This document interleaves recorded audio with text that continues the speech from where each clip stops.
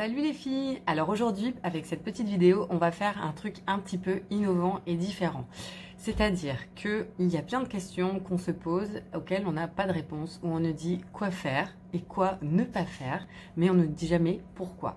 Et aujourd'hui, on va aborder cette question sur les blonds, les cheveux colorés, décolorés, qu'est-ce qu'il faut faire, qu'est-ce qu'il ne faut pas faire et pourquoi il ne faut pas le faire. Et pour ce faire, je vais faire l'interview exclusive d'Axel, qui tient le salon Axel B sur Salon de Provence, donc gérante et spécialiste coloriste, et qui elle aura les vraies réponses aux vraies questions que vous vous posez, parce que nous sommes toutes un petit peu perdues au milieu d'une foule d'informations entre les publicités, les instagrammeuses, youtubeuses, blogueuses, les copines, les recettes de mamie, les homemade.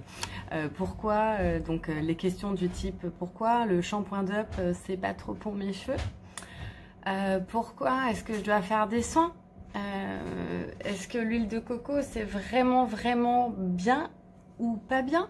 Vous saurez tout aujourd'hui après ces questions et vous allez enfin rencontrer Axel. Alors Axel est timide, c'est pour ça qu'on le fait sous forme d'interview, parce qu'en termes de réponse à vos questions, elle est extrêmement précise. J'ai appris énormément de choses depuis que je travaille à ses côtés et j'aimerais vous faire partager un petit peu toute son expérience. Et un petit peu, on est un peu comme des enfants à qui on dit « il faut pas le faire ». Mais oui, mais pourquoi? Alors, on verra ça aujourd'hui. En avant Guingamp. Et voilà, bonjour. Bonjour. Voici Axel, donc la gérante du salon Axel B, spécialiste coloriste. Et donc du coup, sa spécialité, c'est le cheveu, c'est la coloration, la décoloration. Et donc tout ce qui est blond polaire, c'est son dada. Voilà. Donc maintenant que les présentations sont faites, je vous disais tout à l'heure que nous allons surtout amorcer le sujet au niveau des cheveux colorés, décolorés, spécialité des blonds, etc. Parce qu'en fait, on fait des grosses généralités sur les personnes entre les cheveux naturels et les cheveux colorés, on ne fait pas la différence. Et là, c'est pas la même chose. Donc, première question qui peut se poser. Quand j'utilise un shampoing Petit Marseillais, DOP ou Elseve, je ne sais pas. Pas de marque. De chez Chut, pas de marque. Voilà. Quel impact a-t-il sur nos cheveux? Alors, il faut savoir que les shampoings du commerce, en général, ils ont beaucoup de silicone et beaucoup d'actifs dans le produit lui-même qui va effectivement devenir addictif chez vous, puisque vous allez vous laver les cheveux. Instantanément, vous allez avoir un cheveu plus lisse et bien souvent, c'est dû au silicone qu'il y a dans les shampoings. Donc c'est addictif, vous vous dites mes cheveux sont bien, donc je continue, pourquoi j'ai pas fait ça avant? Et au final, cette surcouche de silicone que vous allez apporter à vos cheveux va refermer les écailles du cheveu, va les sceller en fait comme une couche de vernis sur un meuble et au final, vous allez utiliser des soins qui vont servir à rien puisque les écailles vont être collées. Voilà, donc en gros, vous avez toutes fait la tentative de peindre sur un meuble verni. On l'a toutes fait. On l'a tous fait pour voilà, gagner du temps et on s'est aperçu qu'on avait dépensé beaucoup de peinture et qu'il n'y a rien qui est pris. Et bien c'est exactement la même chose avec ces shampoings du commerce. Donc ça ne sert à rien de faire un shampoing à 2 € et ensuite d'acheter des soins qui vont vous coûter cher, puisque voilà, des vrais soins, ils ne pénétreront pas. La base, c'est quand même un bon shampoing et ensuite d'hydrater, comme on fait un gommage à sa peau, on fait un masque à sa peau, ensuite on hydrate, on met de la crème parce que le cheveu, il a besoin d'hydratation. Voilà. Exactement. Et donc du coup, il y a aussi un préparatif à faire sur les cheveux qu'on va décolorer. Donc toutes les personnes qui ont envie de faire un balayage, une décoloration, de passer d'un blond à un blond polaire, on parle souvent de soins après, mais on ne parle pas de soins avant. Alors l'idéal, c'est quand même d'arrêter les shampoings, on va dire du commerce, mais je ne peux pas vous recommander un shampoing du commerce parce que j'en sais rien en fait, donc je ne les connais pas. Le mieux, c'est quand même d'avoir un shampoing professionnel, de l'utiliser pendant au moins un mois avant la décoloration, histoire de préparer votre cheveu à ça, parce qu'on va avoir le même problème. Nous, pour décolorer un cheveu, il va falloir qu'on ouvre les écailles du cheveu. Si on n'y arrive pas, on n'aura pas une décoloration optimale. Exactement. On a vu quelques petits dégâts qui ont été faits justement sur un blond polaire il y a quelques jours et malheureusement elle y a passé 7 longues heures et il y avait... Et j'y suis pas arrivée, et nous vraiment pas arrivé et on a tout donné. Parce qu'il faut savoir qu'un super coiffeur, il aura beau être un super coiffeur coloriste, il n'est pas magicien. Non. Donc ensuite, pourquoi nanani ça, on l'a vu. Nous avons vu également que pour les personnes qui utilisent tous les jours les shampoings et le lisseur, c'était également assez dramatique. Pourquoi le lisseur empêche d'avoir un joli résultat? Parce que le cheveu a été mis à rude épreuve après une décoloration. Il est sec, il est déshydraté, donc on va le renourrir. Mais si en plus vous ajoutez de la chaleur, c'est encore quelque chose qui va l'agresser encore plus. Donc le lisseur, on peut, de temps en temps, on a une soirée, on se fait des boucles, on les lisse, mais tous les jours, non. Voilà. Ensuite, nous avons aussi une énorme question qui revient, ou qu'on se pose rarement. On nous dit l'huile de coco, c'est super bon pour les cheveux. Donc, on se retrouve avec beaucoup de personnes qui viennent avec sur la tête l'huile de coco et de l'huile de ricin pour les faire pousser. Alors, l'huile de coco et l'huile de ricin, il faut le savoir, ce sont deux huiles pénétrantes, c'est-à-dire qu'elles vont pénétrer l'intérieur du cheveu. Pour pénétrer l'intérieur du cheveu, il va falloir ouvrir les écailles. Simplement, elles ne savent pas le refermer, ces écailles. Donc, qu'est-ce qui va se passer? C'est que nous, la décoloration, en fait, elle va faire exactement la même chose, mais avec l'huile de coco et l'huile de ricin, qui ont déjà ouvert les écailles, on va brûler le cheveu vraiment à l'intérieur. Donc, on a vu des catastrophes avec ça. Donc, l'huile de coco, si vous avez vu mademoiselle blogueuse qui vous a dit « Enduisez-vous d'huile de coco, trempez-vous dedans, prenez un bain, etc. dedans avant d'aller chez votre coiffeur », c'est complètement faux. Nous, on ne va pas pouvoir travailler. Et pire, dans tout ça, c'est que la déco va se désintégrer. Elle va vraiment se désintégrer. Elle va devenir en eau, en fait, et votre cheveu, il va être brûlé. Et là, c'est irrécupérable. Voilà. Voilà, donc du coup, l'huile de coco, c'est très bien à condition d'avoir un cheveu entièrement naturel. Jamais subi aucune technique dessus. Sinon, vous la gardez pour la friture ou le corps. Oui, ça marche bien sur le corps et pas le visage trop gras. Autre chose. Une autre question qui se pose aussi à nous, parce qu'il y a aussi une question budgétaire. Pourquoi on nous propose autant de couleurs au supermarché? Pourquoi on ne pourrait pas faire son blond nous-mêmes à la maison ou sa couleur? Quelle est la différence? Alors déjà, la première raison, c'est que si on pouvait se faire un blond polaire chez soi, ça se saurait. Donc nous, on ne serait pas là. Voilà. Métier, quand même la première réponse qui me vient. Ensuite, qu'est-ce qui va se passer si vous commencez? Alors d'une part, il y a des gens qui vont commencer un blond polaire, qui vont acheter une boîte, marquée blond polaire, ils vont se l'appliquer, sauf qu'ils ont déjà les cheveux colorés. Il faut savoir qu'une couleur n'éclaircit jamais une autre couleur. Il faut passer par de la décoloration pour pouvoir l'éclaircir. Donc qu'est-ce qui va se passer? Vous allez avoir les racines jaunes et avec un peu de chance, vous allez avoir toutes les longueurs rougeâtres, voire orangées. Voilà. Vous n'aurez pas une décoloration complètement uniforme. Si vous le faites sur cheveux naturels, vous allez blondir, certes, mais vous n'aurez pas une décoloration optimum, c'est-à-dire, pour nous coloristes, un jaune très très clair, de manière à pouvoir appliquer une patine derrière qui puisse contrer ce jaune clair. Il faut savoir que la décoloration à blanc ou en gris n'existe pas seule. Il faut avoir un fond de décoloration qui soit optimum et un reflet qui soit jaune très clair. Si vous n'avez pas ça, et c'est déjà rare quand nous, coloristes, on l'a, et on y arrive, si vous n'avez pas ça, vous n'aurez jamais un blond polaire. Un blond polaire, c'est un gris très clair. Et les couleurs de supermarché, qu'est-ce que ça fait? Bah, ça fait pas grand-chose. Je sais pas, j'ai jamais essayé. Moi, j'ai essayé, j'ai eu une catastrophe une fois. J'avais 19 ans, j'ai voulu faire un roux. Ça a viré jaune-vert, c'était canon. Ça.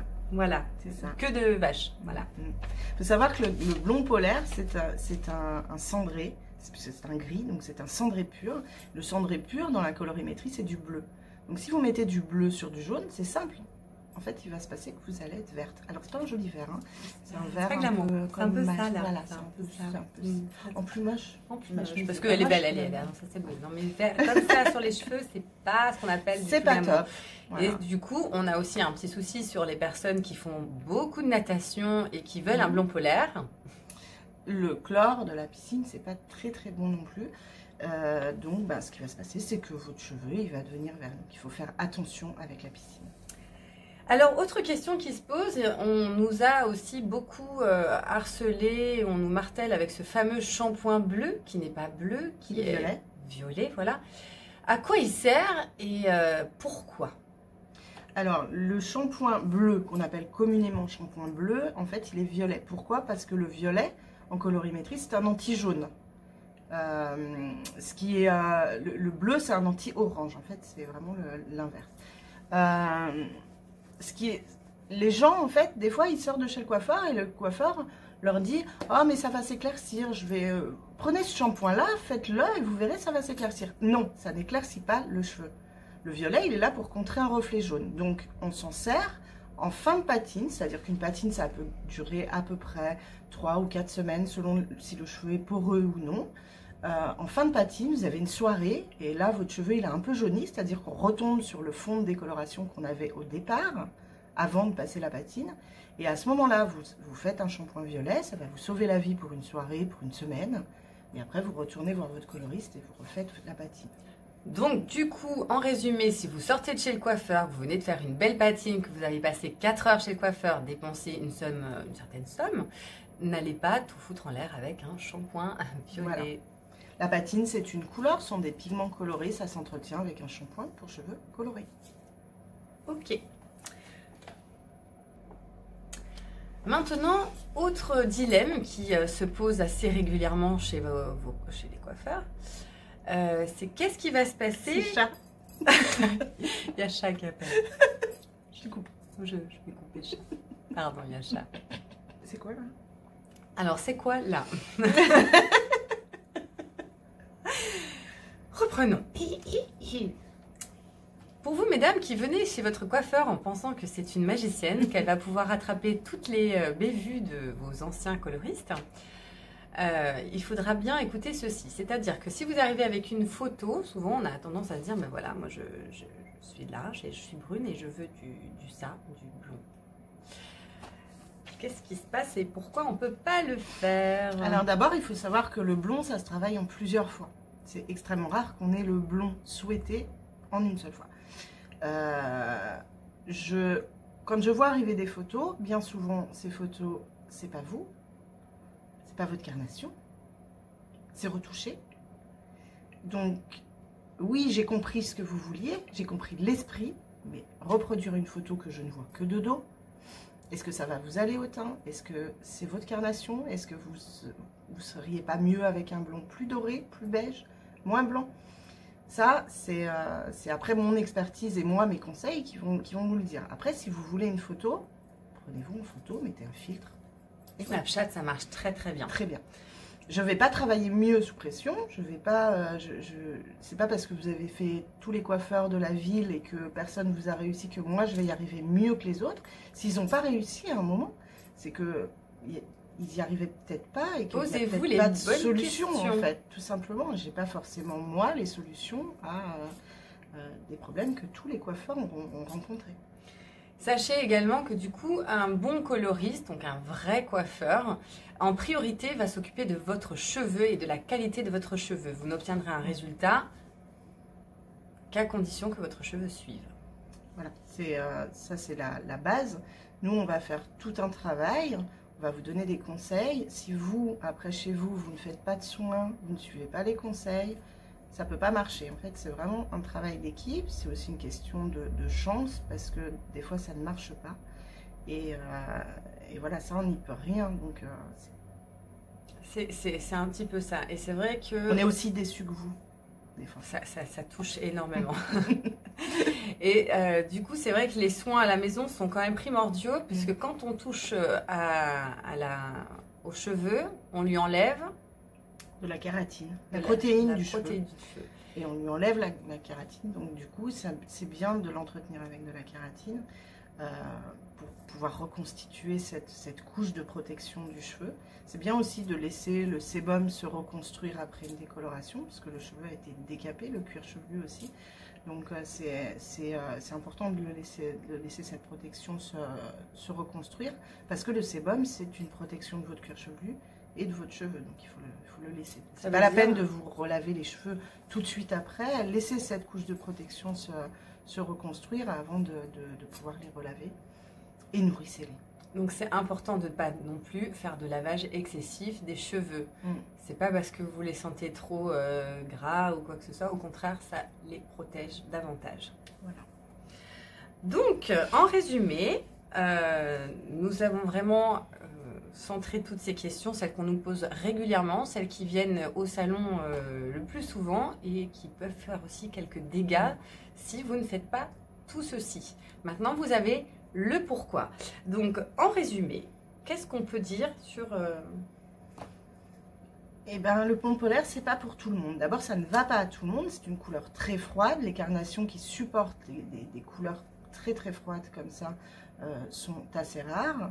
Donc, des fois, il vaut mieux partir sur un blond un peu plus beige ou même un peu plus doré. Le doré, c'est pas du jaune. Hein. Le doré, c'est juste lumineux. Je suis de Ray et je ne suis pas jaune. Julia, elle a un blond doré. Elle n'est pas jaune. Et je pourrais pas avoir un blond polaire, colorimétrie parlant. Voilà, parce que ça ne lui irait pas. Donc il faut vraiment voir ce qui vous va avant de vouloir une photo. C'est pas la même personne en fait. C'est pas vous qui êtes sur la photo. La deuxième chose, c'est que si vous n'êtes pas prête à investir dans des produits professionnels, à investir de votre temps pour vous occuper de vos cheveux, c'est-à-dire faire un shampoing, puis un deuxième, et puis un soin, le laisser poser avec le masque. Et laisser poser, c'est pas 5 minutes. C'est pas 5 minutes, c'est au moins 15 minutes un masque, un bon masque. Et puis d'aller voir votre coiffeur toutes les 4 semaines pour pouvoir entretenir ce blond qui n'est pas naturel. C'est pas la peine non plus. C'est que c'est pas pour vous. Faites autre chose. Il y a d'autres choses qui vous iront et qui seront très bien, mais faites pas du blond polaire. Voilà, vous avez réponse à toutes les questions. Sachez que quoi qu'il arrive, dès que vous rentrez dans de la technique, dès que vous entrez dans du blond, dans la décoloration, ça demande beaucoup d'entretien. Et je ferai un petit peu le rapprochement avec le maquillage parallèlement sur une autre interview parce que c'est exactement la même chose. Donc, si vous n'avez pas tout ça, si vous n'avez pas de temps, restez naturel. Sinon... venez nous voir. Venez nous voir, nous sommes là, il y a des spécialistes pour ça. Merci beaucoup Axel. De rien. Et on se retrouve une prochaine fois. Ciao. Ciao.